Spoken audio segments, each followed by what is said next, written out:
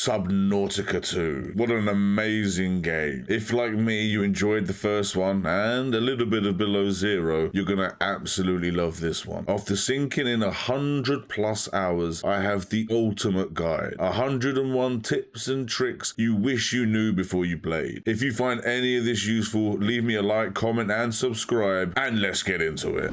1. Passengers get oxygen on your tadpoles. This took me an embarrassingly long time to figure out, but if you're hanging on the outside, you'll see these bubbles coming from the side of the tadpole. You will be able to breathe there. This counts for both of the chassis as well, the scout ray and the hauler. Whether you're riding on top or sitting in either of the seats, you're going to always be topped up with oxygen. Really handy to know. I used to always jump inside the tadpole, but now just hang on the outside, top up the oxygen and carry on.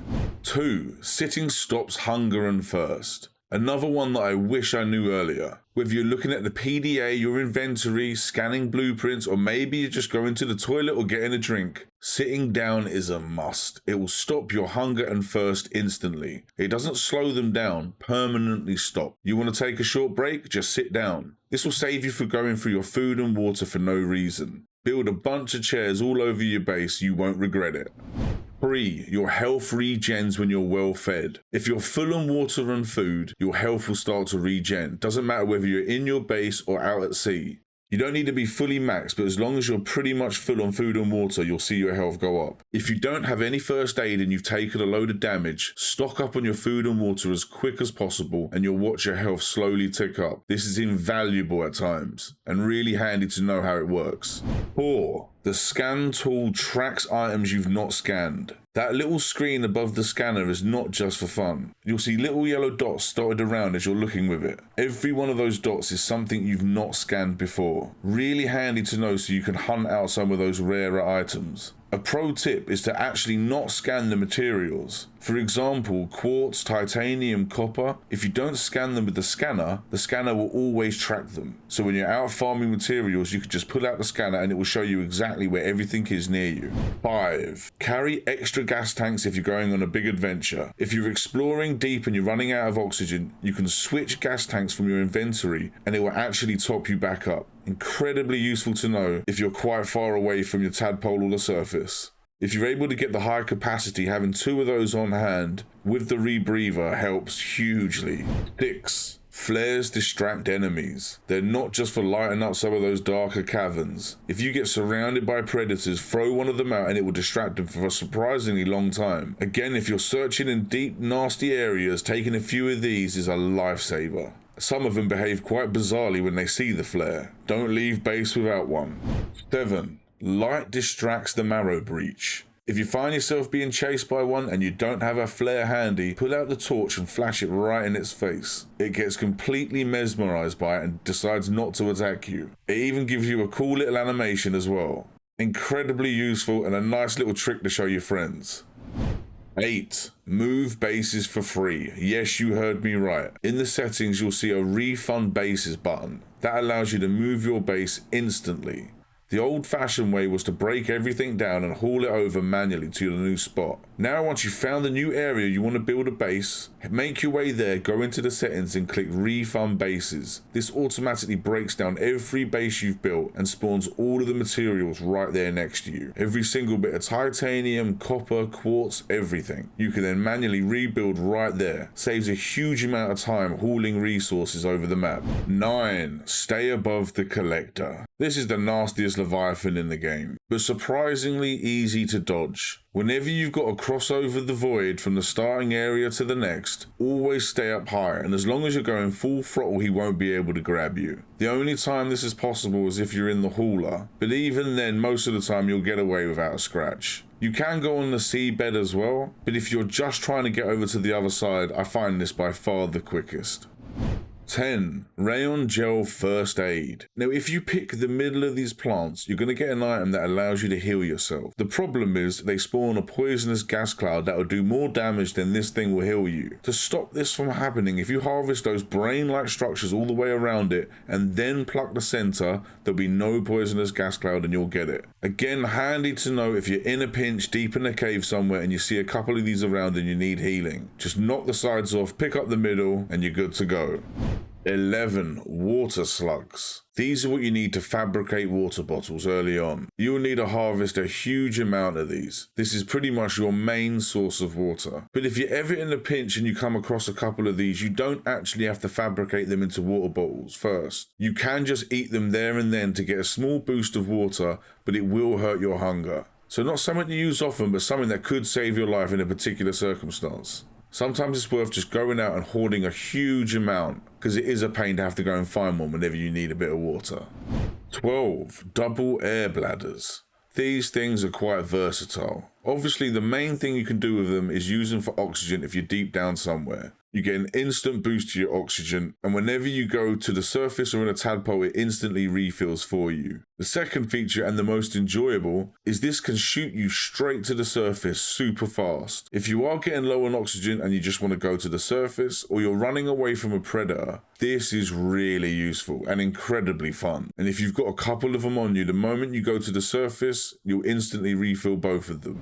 13. Abandoned gear can have oxygen. Sometimes you might come across some scuba gear or an old gas tank and you'll see bubbles coming from it. That's not just for looks, you can actually top up your oxygen from there. Useful to know if you're stuck in one of these old wreckages and you can't remember which way your tadpole is. Whenever you see bubbles rising up anywhere, almost certainly you'll be able to get oxygen from it. Be on the lookout.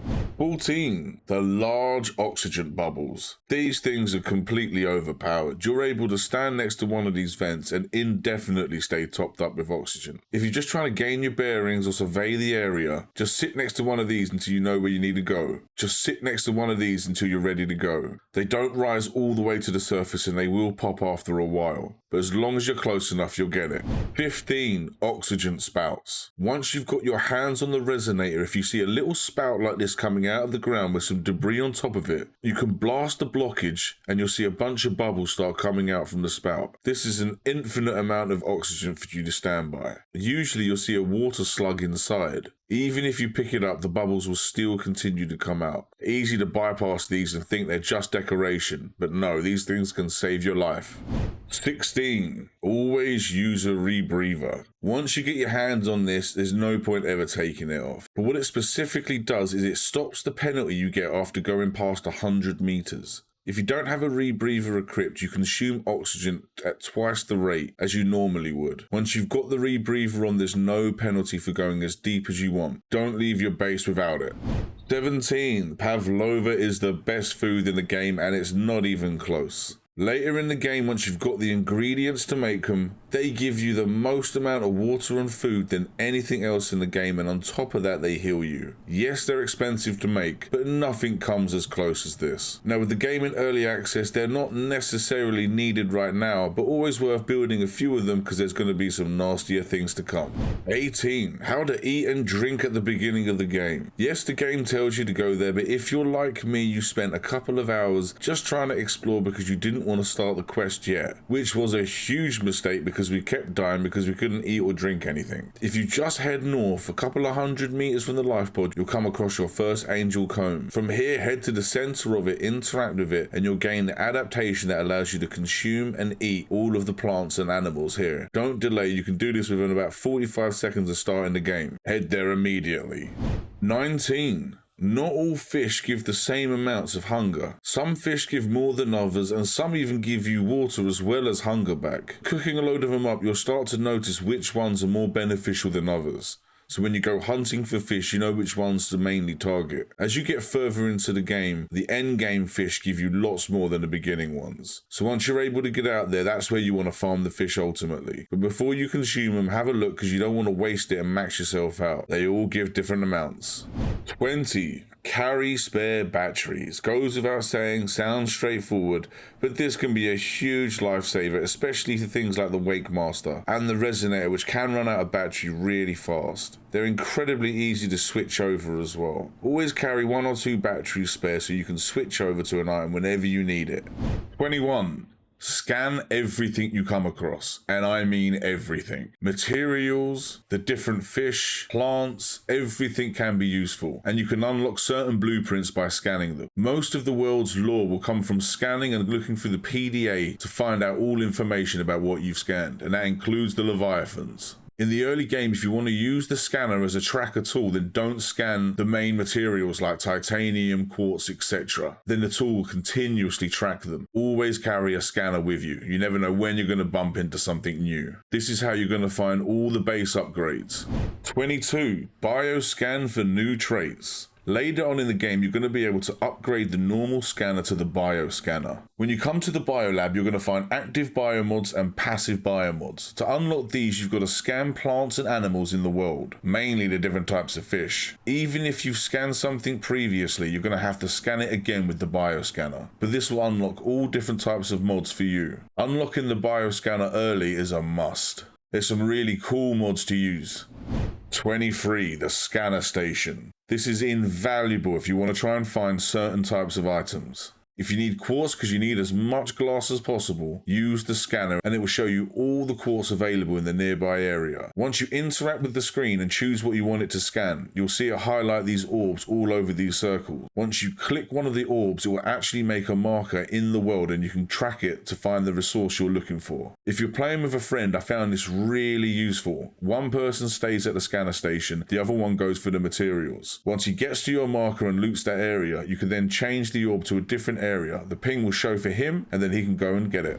24. Use the beacons. These are so helpful. You find a huge wreck you want to go back to, or a massive abundance of resources in a particular area, you can either bring a beacon with you or craft one on the spot if you've got the habitat builder. It takes 1 titanium and 1 copper to build and then you can label it. Always worth bringing around some spare titanium and copper so you can build a couple of beacons. There's nothing more frustrating than finding a really cool area, not putting a beacon there and then not being able to find it again when you try and track it. By the time I got to the end, I think I had about 10 plus beacons all over the place. And if you're slightly forgetful at times like me, they're a necessity.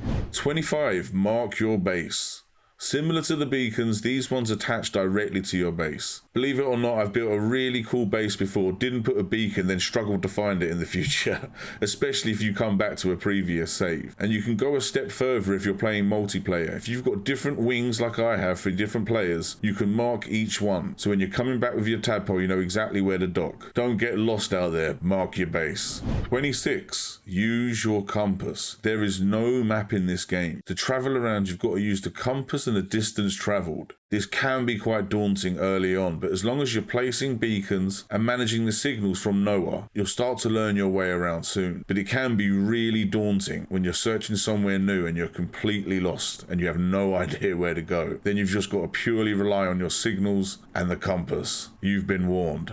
27. You can show coordinates in the world. If you're playing on your own and you find somewhere really cool, if you press the options button, you'll see the coordinates in the bottom right hand side of the screen. Write that down, send it to a friend, and they'll be able to find the exact spot you're trying to tell them to go to. A bit of a niche tip, but something I thought was rather cool and I never noticed it before. I'd imagine guides and forums will give coordinates, an easy way to track what they're trying to show you.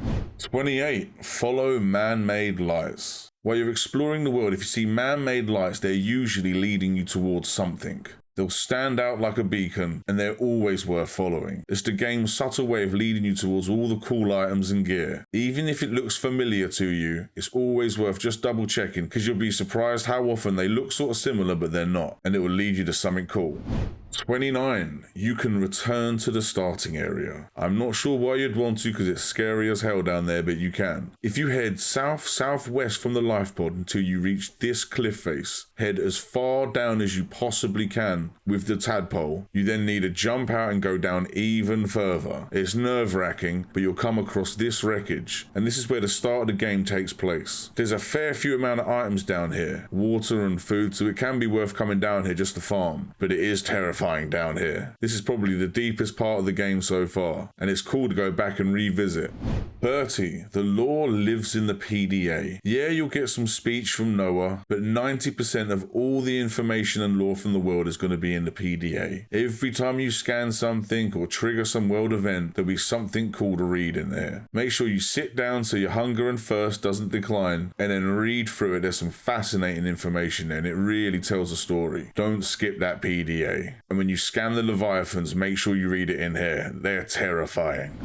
31. Tadpole ring boosts. More of a gimmick than something that's going to massively help you, but fun nonetheless. These will boost you through at a fast rate, so if you just want to get across the map fast, or you're trying to escape some sort of a predator, remember they're there. Apparently, we're going to get these in a future update. We'll be able to craft our own ones around the base, or to where you frequently travel. That will be pretty cool. Just be careful not to clip the outsides and damage your tadpole. 32. Upgrade your tadpoles from the roof. Once you've got the modification station, you'll be able to build your own tadpole upgrades. You'll be able to make depth modules, extra shields, and more efficient batteries. Once you've crafted one, you access the panel on top of the tadpole. It can take up to 4 mods. These are a must if you want to carry on and explore the story, but you can mix and match what you want. The depth modules are must, but the other 3 you can put in what you want. 33. You can upgrade the tadpole batteries themselves. This is a game changer, especially for the hauler, which can use a lot of power because it's so large. Once you can build the entangled power cells, you want to build one, come to the top of your tadpole, you'll be able to take out the old power cell and put the new and improved one inside. This doubles the amount of power that it has. Once you put one of those in, you'll never have to worry about power on the tadpole again. 34. Solar power your tadpoles. Now the depth module's the only upgrade you have to have with it, but I really recommend the solar panel one as well. This basically means it never runs out of power. I've pushed this thing full speed for 10 minutes plus and I've still been on 100 while it's daytime. Yes, when it's nighttime it will slowly lose power, but the moment the sun comes back, it will just fully charge itself. A lot of this game is not that deep, so at the moment it's incredibly useful to have. Future updates have no doubt we're going to go deeper, making it less useful, but for now, it's a necessity. 35. Use containers with the tadpoles. On the back of the tadpole, you can attach the containers. Not only can you do it with the scout ray, which has 1 slot on the back, but the hauler has 2, 1 on each side, giving it a huge amount more to carry. Now, if you haven't found a couple of these storage containers, or you found them and you're not sure where they were, you can craft them using the habitat builder. I just left the portable locker on permanently through my whole playthrough. 36. You can attach more to your tadpole. Yes, you can attach lots of things. I do recommend the container, but you can attach a beacon, the oxygen generator, the portable light, any tools that you carry. You can put pretty much anything attached to it that you would carry yourself. Handy to know if you're going on a big incursion, you can attach a couple of beacons to the side of it and carry them on the hauler. This is a really cool little feature. Never leave your base without attaching something to it. You never know when you're going to need it. 37. You can customize your signals. Sometimes the game can glitch out and leave certain signals on, even though you've completed that area. If you go into the options, you can go to the signals and manually turn them on and off. Not only is it quite nice to do sometimes to clean the whole UI, but if you've got multiple tadpoles and lots of beacons, you can color coordinate certain things as well. If you want to make your base signal red so you can spot it easily from wherever you are, it's a really handy thing to be able to do. If you've got too many signals, it can get really confusing at times, especially if you're being attacked by a Leviathan and you just want to get out of there. It's nice to know where's safe and where's not. 38. The hauler has a bottom camera. Seems like a bit of a gimmick, but this saved us a few times. The hauler itself is slow and cumbersome, so being able to switch to a camera and see what's underneath you really helped. Whether you're scanning for resources or just spotting a predator that was about to attack you, don't forget to use the hauler camera. Even more useful if you've all come together on it, because if the people are sat in the chairs and one's riding the roof, nobody can see underneath. And if you're riding over the void, there can be a collector underneath you. Don't sleep on the camera. 39. Detach the hauler chassis when you're farming. It really is very slow and cumbersome. So if you're out farming, take it to the desired spot and then detach it and leave it there. And then in your normal tadpole, just whip around getting all the resources. You can then go back to it, fill up its storage, and then go back out again. I found this by far the quickest way if you're just trying to get a mass amount of copper or titanium. Trying to go around manually with the hauler is slow, but docking it somewhere, filling it up, and then coming back is a lot more efficient. 40. Label your tadpoles. Now, if you're playing solo and you only have one, then it's not necessary. But if, like me, you've got a couple of them and then you're playing with teammates who also have a couple, it can get confusing whose tadpole's whose. Now, in the previous game, when you labeled a tadpole, it actually put the label on the tadpole itself. That doesn't happen in this game. Instead, you get a ping, and that's where it labels it. So as you can see, I've named my hauler Big Gill, and my scout ray is going to be Little Gill. That way, wherever I am, I know exactly where the scout ray is and my hauler, and I'm not going to get confused with anybody else's. Takes 10 seconds to label, but you'll find it really useful while playing with other people. 41, feedback resonator chain mining. That's a bit of a mouthful, but later on in the game, you'll be able to upgrade your resonator to the feedback resonator. Not only does this allow you to break things with range, but it allows you to knock multiple nodes at the same time. This becomes a farming machine. When you combine this with a hauler, you can max out your storage in minutes. If your sole focus is farming as much as possible, then just start shooting these orbs everywhere and you'll hit multiple nodes at a time. 42. Building the processor will unlock new blueprints. You might get distracted for a while and not bother building it, but the moment it becomes available to you, build it immediately. Because as soon as you do, it will unlock a load of ingot new blueprints for you. These are going to be used for all sorts of crafting recipes. So as soon as you've unlocked it, build it immediately to unlock all those new blueprints. 43. You can stack multiple items in the processor. If you want to build 4 titanium ingots, you can stack the required amount and then just walk away and it'll build 4 for you. Not only will it be able to stack and build multiple items, but you can also use it as storage. You don't have to take the items out straight away and you can leave them in there. The base will even act like they're part of your storage and be able to tap into them when you're building stuff. Another nice thing to know, so you don't have to bog down your storage when you're crafting things. 44. Pin your recipes. Yes, if you're trying to build multiple items like a battery for some item that you need, it's always handy to pin the recipes on your screen. It's impossible to remember what everything is you're going to need. Whether you're just running around your base trying to take certain items out from storage, or you're actually in the world searching for particular items, pinning the recipe is going to help you massively. The alternative is going into the settings and looking for your blueprints and manually trying to find something. Very time consuming. And if you're out at sea, not really what you want to be doing. Make sure you pin.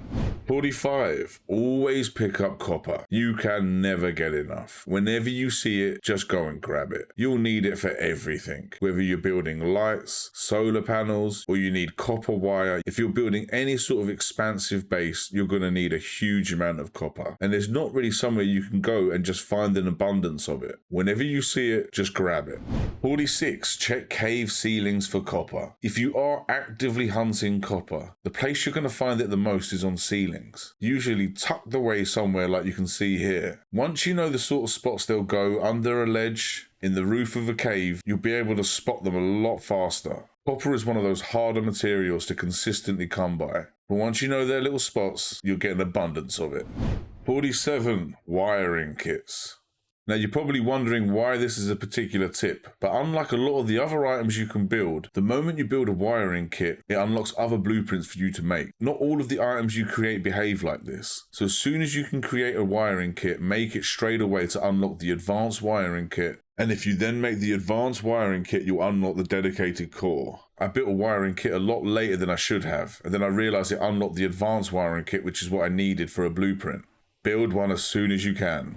48. Stay organized. Now, I may be a little OCD with this, but I like everything to be in its own spot. Every single material has to have its own separate locker. Yes, this might be a bit too overboard, excuse the pun, but I'd have it no other way. The moment I go out exploring and come back with a haul, I know exactly where everything goes. Now, you don't need me to tell you how useful this is. Is it time consuming to make? Yes.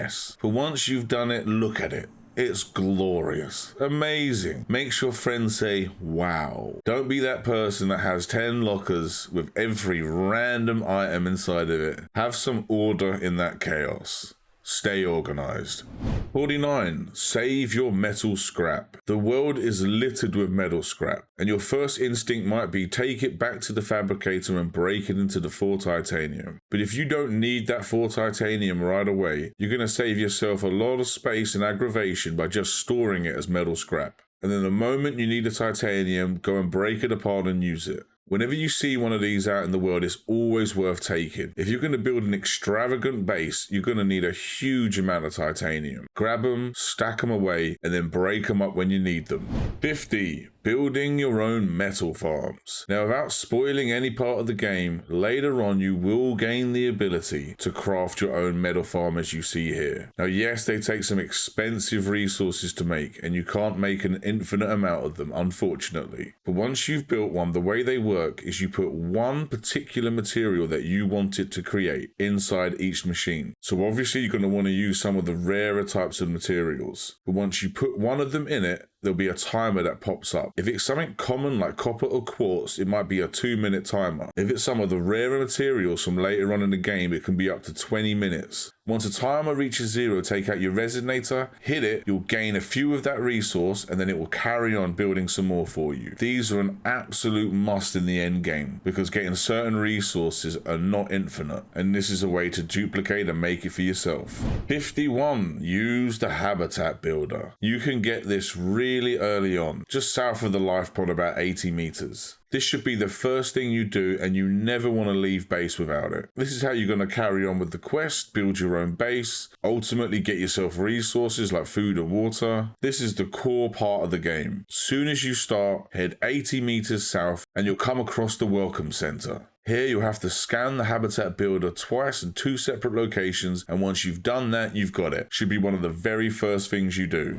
52. You can craft without carrying the items. Once you've placed all of your resources in your nice organized room, you'll be able to tap into them without carrying them. If you head just outside your base with a habitat builder and you're trying to expand your base or build something, it can remotely take them from the storage. Really useful if you're just trying to craft and create your base in various different ways. The last thing you want to have to do is fill up your whole inventory with a particular resource. Now, it doesn't stretch infinitely, and I've got currents down by my base, and it's just outside the range of auto taking from my storage lockers. So to tap into these currents, I had to manually go and take out what I needed to build the hydroelectric motors. But as long as it's next to your base, it will take from the locker itself. 53. When building, you can snap or free place. If, like me, you like everything to be completely symmetrical, having the snapping option is brilliant. I can snap whatever I want into place, making it completely even with the things around it. Sometimes I can't always place something where I want, so I have to free place a couple of the items. But having the option to snap or free place is incredibly useful. While you're placing things, sometimes it's easy to forget you can do the other. Experiment with both when you're building your base. They're both incredibly useful for different things.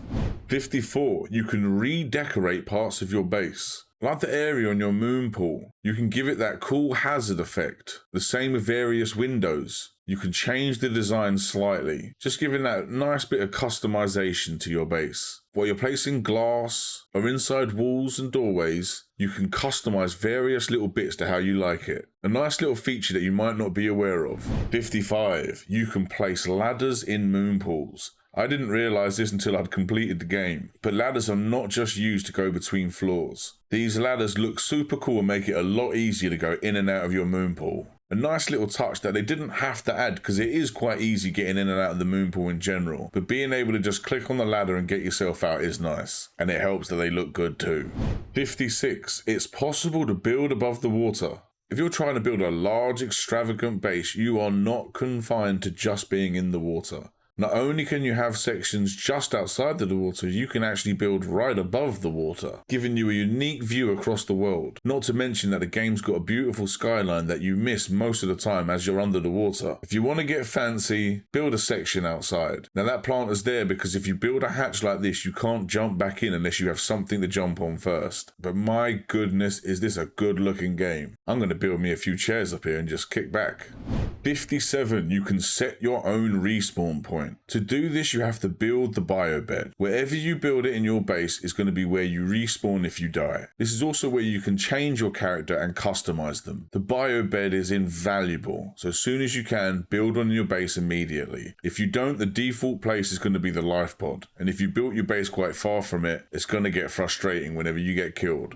58. Expand inventory with biobeds. Not your own one, however. the ones you come across outside in the world. If you ever come across one, always make sure to interact with it and scan it. These will increase your inventory by 3 slots a time and can even give you an extra toolbar icon at the bottom. These are massive upgrades, so whenever you find one, make sure you don't miss it. Interact with it. I made the mistake of forgetting to interact with one of them, and it took me ages to figure out which one I was missing. Soon as I found it, it gave me the last 3 inventory slots I needed. Never miss those biobeds.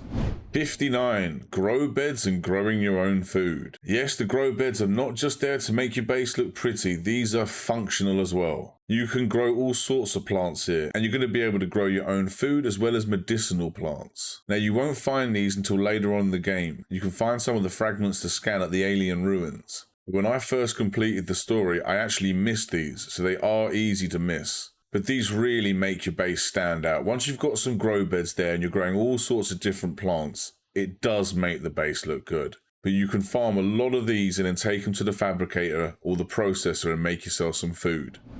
60. Thermal power. Probably the best power source in the game at the moment. Once you find some heated vents, put down a bunch of thermal generators and they will consistently generate a large amount of power for your base. When you're placing one down, you see a number range from 1 to 16 on it, 16 being the most. Few of these will power your whole base. Always have this in consideration when you're choosing your base location.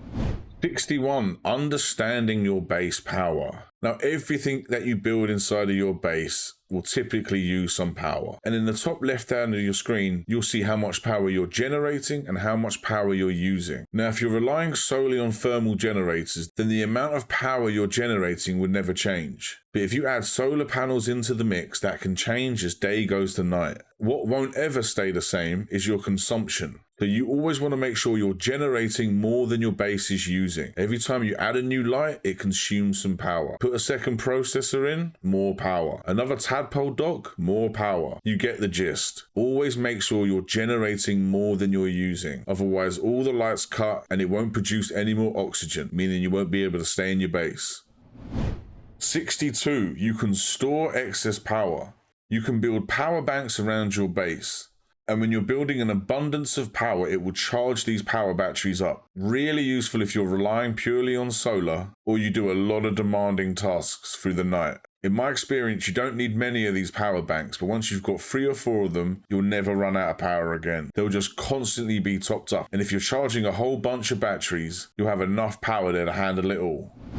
63. Build near currents. Early on, you're going to find these currents all over the place, and they're going to give you stable electricity any time of the day. A bit costly to build, but once they're built, you've got an endless free amount of electricity. Now, luckily for my base, I've got a current on one side and thermal energy on the other, so an abundance of electricity. But if you're trying to build a huge base, you've really got to consider how you're going to power it. But if you've got a current near your base location, it's going to really help you in the long term.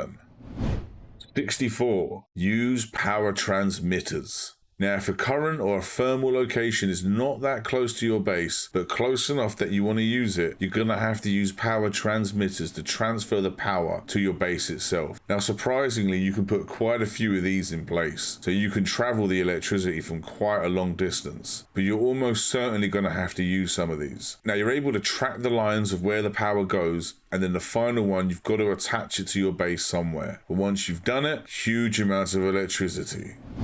65. Solar panels work better the higher they are. The deeper you place them in the ocean, the less efficient they become, obviously as the light struggles to reach them. And as soon as night comes, they're basically useless. But if you've got an area above the sea like mine, it's a no-brainer to put all the solar panels up here. Whenever the sun's out, they're going to get the maximum amount, no resistance. But just remember, the deeper your base, the less efficient solar panels become. And when night comes, they're useless. 66. Bioreactors and the pent plants. Bioreactors are really useful, but I tend to use them as a backup in case I lose power in the base. But if you are going to rely on bioreactors, the pent plant is by far the best item to put inside of it. You can put any sort of organic life in there, but the pent plant just lasts such a long time. Next to each bioreactor, I'm growing a whole bunch of them, so if I ever get in trouble with electricity, I can quickly go out there, farm a bunch of the pent, stick it in the bioreactor, and I'm good to go. 67. The more power you have free, the faster your charging is. If you're generating 400 power and you're using 399, your batteries are going to charge slowly. But if you have an abundance of extra power, you're going to charge your batteries even faster. That goes for the Tadpole and the Tadpole Bay as well. It's always worth generating a lot more electricity than you think you need because it's going to be beneficial in the long run. 68. Moonpools charge your tadpoles. Something I wasn't really aware of until every time I took it out of the moonpool I realised it was fully charged. Unfortunately, it won't repair your tadpole, however, only charge it, so bear that in mind. But if you've got multiple tadpoles, I find it best to have multiple moonpools. Just keep an eye on your power base. Each one consumes more power. 69. Repair vehicles immediately. Like I just mentioned, they're not repaired in moonpools. So always carry around the repair tool. When you get towards the end game, you can take a huge amount of damage in one quick go. So it's always best just to top it up whenever you can. If you suddenly get attacked by a collector and you've got to get it out of there, the last thing you want is a tadpole to be on half health. Soon as you've got a second, stop, repair it and move on. 70. Upgrade your batteries. The normal tools you use, you can put advanced batteries into. Now certain tools last a long time anyways, but the wakemaker and the resonator can lose battery real fast. So as soon as you can create the advanced batteries, make a whole batch of them, replace the normal ones, and you won't have to think about the batteries again. 71. Empty hands swim faster. If you're swimming along with a resonator in your hands, you're gonna go at a slow speed. Put whatever tool it is away and watch your hands flap away. The increased speed is not a huge amount, but every little bit counts when you're trying to explore, or you're running out of oxygen. 72. Sound is very important in this game. Not only does it set the atmosphere or tell you the story, it alerts you to anything that's potentially willing to kill you in the vicinity. Playing this game with a good set of headphones is almost a necessity. It really does feel alive when you're there listening to it. And suddenly hearing the groan of a huge leviathan nearby, there's nothing that quite comes close. The sound in this game is excellent. Make sure you've got everything turned up and you can hear everything properly. The sound design is brilliant. 73. Collectors can one-shot you. If you're not in your tadpole and it grabs you one of those tentacles, it's good fight, good night. If you're ever near one in your tadpole for whatever reason, don't jump out if it's chasing you. Just get out of there immediately. As long as you're in the tadpole, you're going to be fine. But jump out of it and it's good fight, good night. 74. Don't cross the red border. Now we're in early access at the moment, and this is shielding off future areas. But if you do happen to cross it, you're going to be introduced to the Shiver Leviathan. This mean creature will not stop until you're dead. So unless you want to see it and scan it, you're best off leaving it alone. See this red wall and avoid it like the plague. You've been warned. 75. You can recover your death bag. Now if you don't heed my warnings and you did bump into a Shiver Leviathan, or you run out of oxygen in a certain cave, you will lose some of the items you had on you, and it's put into a death bag. Now unfortunately you can't see this death bag until you get very close to it. So when you do respawn, it's not a simple matter of just spinning around until you see the icon. You've actually got to remember where you were, get pretty close to where you exactly died, and then you'll be able to see the icon. As long as you can get back to it, there's nothing you'll permanently lose. But if you can't get back to the death bag, the items are gone. 76. Save before taking risks. Yes, you can do this in a lot of games, but it's easy to forget in this one. If you're not sure where you're going, or you know you're doing something you probably shouldn't, just do a quick manual save in case things go wrong. The amount of times I thought I'll get away with something and it just hasn't gone my way, and you can lose a lot of time. Don't rely on that auto save. Make manual saves a lot. And if you're anything like me, you make 2 manual saves just in case something happens to one of them. 77. The unstuck button. If you find yourself trapped or caught anywhere, or maybe you've just gone really far from base and you don't really have anything on you that you're too worried about losing, you can click the unstuck button and teleport straight back to your biobed. Really handy as a get out of jail free card. Now, a couple of times I've done it, I kept what items I had in my inventory, but I'm not sure if it's supposed to work that way. But if you ever get trapped or stuck, just hit the unstuck button and you'll be straight back to base. 78. You can check device battery levels just by looking at them. Yes, you can see the battery level on the toolbar itself, but if you've got the tool in your hand, every single one you'll see a highlighted circle. That circle itself is the battery level. So whenever you glance at the tool itself, it's easy to quickly tell how much battery it's got left. Really useful if you're relying on the wakemaster or the resonator. 79. The icon for Noah. On the top left part of the screen, you'll see the Noah icon circle. Whenever that appears, it's telling you that Noah's got some information for you, a new area for you to go and discover. This is how you're going to progress the story along. So whenever you see that icon, go to Noah, and hopefully he's going to lead you to a new area. 80. You can ping for your teammates. You can ping pretty much anything, whether it's a tadpole, a leviathan, or a resource you want them to pick up. It's incredibly handy. There's no use telling somebody it's over there when you're in an ocean and everything is over there. If you want to show them where you're exploring or a direction you're going in, make sure you ping often. 81. Grow your own water. Yes, that sounds ridiculous, but most of the plants, when you smash them with the multi-tool, will give you fibrous pulp. As long as you're growing it at your base, they'll constantly regenerate and you can farm it over and over again. Once you've filled your backpack with the pulp, you want to take it to the processor. You can then convert 3 of them into a bottle of water and do this endlessly. Once you've got the grow bed set up, you can grow your own food and water, and you're never going to have to go hunting those slugs again.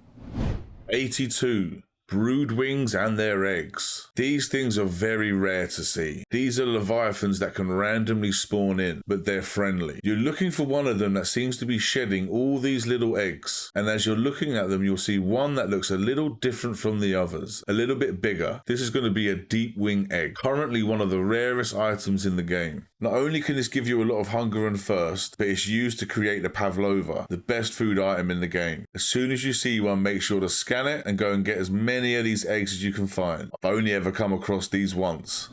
83. Use the wakemaker's torch. The torch is handy early on, but as soon as you get the wakemaker, it makes the torch obsolete. Not only can the wakemaker be used to go around fast, but it also has an inbuilt torch you can use, thus saving up another slot for you to carry something else other than the torch. The moment I got the wakemaker, I never used the torch again. 84. Run, don't fight. You cannot kill in this game. It's impossible. If you ever find yourself in a situation where you're gonna die, run. Whether it's a leviathan or any other type of predator, do not mess around. In Subnautica 1, you could kill things, even leviathans, but in this game, nothing. Not even the little fish you can kill, other than cooking them. Don't get caught with your pants down. Run from every battle. 85. Stack items in the fabricator. You do not have to create one item at a time. I think the max at the moment is 12, but if you've got a whole bunch of water slugs, hit the button a load of times and it will stack multiple items at once. Really useful if you just want to create a load of items really fast. Don't sit there doing it one at a time. 86. Dash. Now we're going to get onto some of the biomods, and personally my favorite, the dash. Now I play this on controller, so when I click the left stick in, you'll get a boost of speed in any direction you want. You can even boost out of the water if you need to. This extra movement speed just made traversing the world feel so much nicer, not to mention if you're getting chased. Probably a must-have. 87. Pathfinder biomod. Now when you activate this one, it's going to leave a whole bunch of spores behind you. Now these will glow in the dark. This will allow you or your teammates to track exactly where you've been. Useful if you've got a teammate who likes to just wander off, or if you're exploring a cave you've never been in before and you just want to know exactly how to get back out. One of the weaker ones, but still very useful if you find yourself getting lost a lot. 88. Sonic Echo. Now this one is very useful if you're just trying to farm. I found that if I was trying to farm a huge amount of materials, I would take Dash and Sonic Echo, and it highlights all the materials in the area near you. This allows you to be incredibly efficient. Unless you're farming, not very useful, but if you are, it's worth taking. 89. Electric discharge. Now this one is good. You can shock anything around you within a radius, but in my experience it's typically best just to get out of there. Yes, shocking can help, but I find there's other biomods that are slightly better than this one. It does look cool though. 90. Chum Cloud. Definitely one of the weaker ones. Yes, it distracts some of the predators, but not for very long. They'll be on your case before you know it. This one is definitely one to avoid. Again, looks pretty cool, but not very good. 91, Sea Skimmer. Now this biomod you get at the very beginning of the game with Dash. These two were my go-to early on until I got more. Pretty useful when you're exploring early, but once you get into the later game, it becomes pretty redundant because you're with your tadpole most of the time. Good early on, change it out mid to late game. 92, Oxygen Control Biomod. Now this one works that whenever you stand still, your oxygen's going to deplete at a very slow rate. This one's useful if you're the sort of person who likes to ponder around, check your inventory a lot, or scan your PDA every time you scan a new item. For someone like me, who moves around constantly, not very useful. There's far better. 93, bioluminescence. Your character actually glows. Now unfortunately, you can't really use it as a torch in the caverns. I tried going around at night and yes, things glow up, but it's not really the same as a torch. Very useful if you've got a teammate who likes to just disappear. So unless you're playing with co-op, probably not the best one to take. Does look cool though. 94, Camouflage. Now this one's hit and miss. When it works, it's excellent and everything leaves you alone. But it didn't always work for me. Sometimes I'd get in trouble, I would stand still, I'd go invisible, but then I'd still get attacked. Generally speaking though, it worked more often than it didn't. Definitely one to consider. 95, the Water Retention Biomod. Now this one actually surprisingly gives you a huge amount. The way this one works is it doubles any water that you're going to take. So if you're consuming a water bottle that would normally give you 40, it's now going to give you 80. I was surprised at how generous this biomod is. Definitely one of the better ones, but I still think there's better.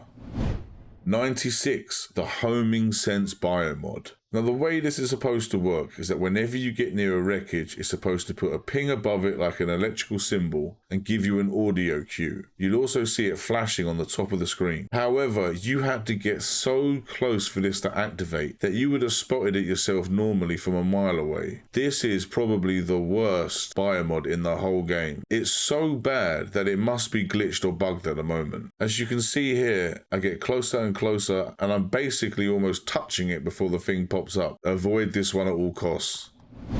97, the Threat Sense Biomod. Now when you have this one active, you get an audio cue whenever you get close to a predator. You'll also get an icon on the top of the screen to show you something's nearby that will attack you. Now yes, this one can be useful, but whenever you get near a predator, you tend to hear its audio cue anyways. And while I was using this one, it constantly alerted me to predators, but I wasn't within range of them attacking me. So it tends to make you worried for no reason. There's definitely better.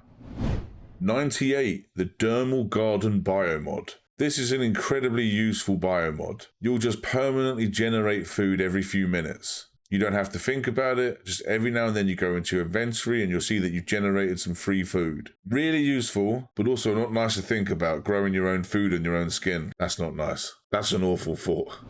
99, the Slow Metabolism Biomod. Slows down your hunger bar massively. Yes, it's useful, but finding fish or growing your own food is not that hard. This biomod's okay, but there's definitely better. 100, the Water Secretion Biomod. Now this is the one I personally used. I used this with Dash for the whole game when this became available. This just allows you to constantly generate your own water supply. When you need food, trying to grow it or find fish is easy. The water slugs are not always the easiest thing to find. Yes, you can grow your own water, but early on I found this to be incredibly useful when you're going off exploring for a long time. You would just find a whole bunch of fish before you go and then constantly generate water. Probably the best passive biomod. 101. Take your time. This is an amazing game. Visually stunning, secrets everywhere. Don't try and golden path this game. Build yourself an extravagant base. Take far too long tending to your plants. And over time, as they update this game, each time you come back, you'll be able to see this magnificent base you've built. This is one of those games that you get what you put in. Take your time with it. Enjoy it. It's an amazing game. And there you have it, 101 tips and tricks you wish you knew before you started. This really is a special game, and I hope over the years it just continues to improve. And the fact you can play with teammates is the icing on the cake. Please remember that this is early access, so some of these tips may change. But if you've got any yourselves, leave them down in the comments below for people. And let me know where you placed your bases. Did anybody else place it here? I thought this was quite a cool spot. Sort of got the best of both worlds. Again, if you found any of this useful, leave me a like, comment or subscribe, and I'll catch you on the next one. Peace.